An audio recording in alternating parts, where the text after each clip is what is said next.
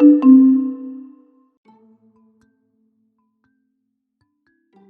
name is Randi Johnson. I'm an assistant professor at the University of Colorado Anschutz Medical Campus.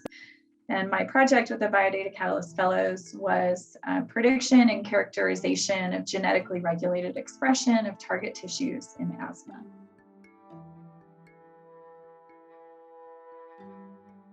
I'm an epidemiologist, and we're very interested in understanding population health, and in particular, who is more affected and where the subgroups or people who have more or less burden of disease, and also different risk factors that may increase or decrease your likelihood of getting a disease. And really the whole goal for this is to help identify ways that we can intervene and on a broad population scale improve health. So in particular, I work in asthma and other allergic diseases, and also looking at the distribution and determinants of type 1 diabetes.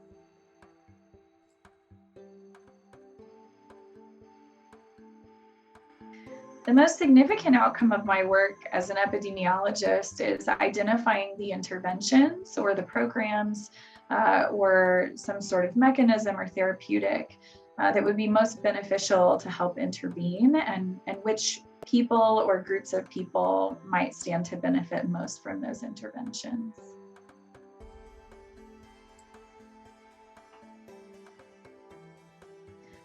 Working in Biodata Catalyst was really exciting to me as a fellow because a lot of the work that I do uses large data sets that are difficult to access and to transfer and require really large technological capability that the ecosystem allows me to get access to that infrastructure more seamlessly, and to access the data sets that we use more easily than we can in a local environment.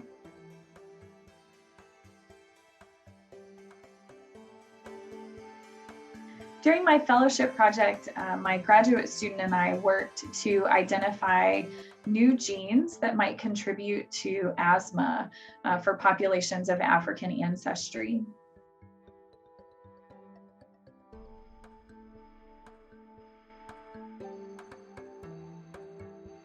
We were able to build some sort of infrastructure in terms of the analyses that we hope to use for future studies. And we were able to build reproducible versions of those programs in the ecosystem.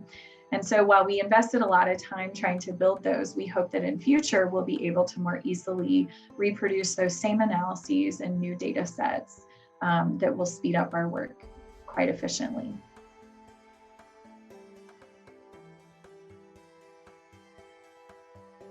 I think that the best part of working in the ecosystem is how easy it is to access these large data sets from the TopMed consortium are the ones we specifically use, but others that are publicly available in the dbGaP system. It really streamlines our ability to access those, and because of the collaborative nature and the co-working environment that is enabled on the ecosystem, it really helps our team to be able to work together better.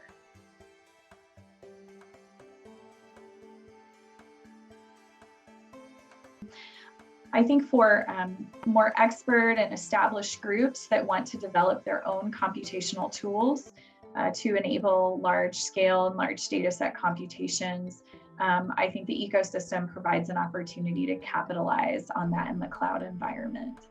I think the second group would be geneticists, or maybe early career geneticists, who could join the ecosystem and take advantage of the pre-existing tools and workflows that could accelerate your genetics pipelines and pre-processing and analytical pipelines. And the third group, I think, would be people who are interested in really a team sort of environment where it's easy to store data and to share scripts together and to be able to work as a team in the same analytical workspace.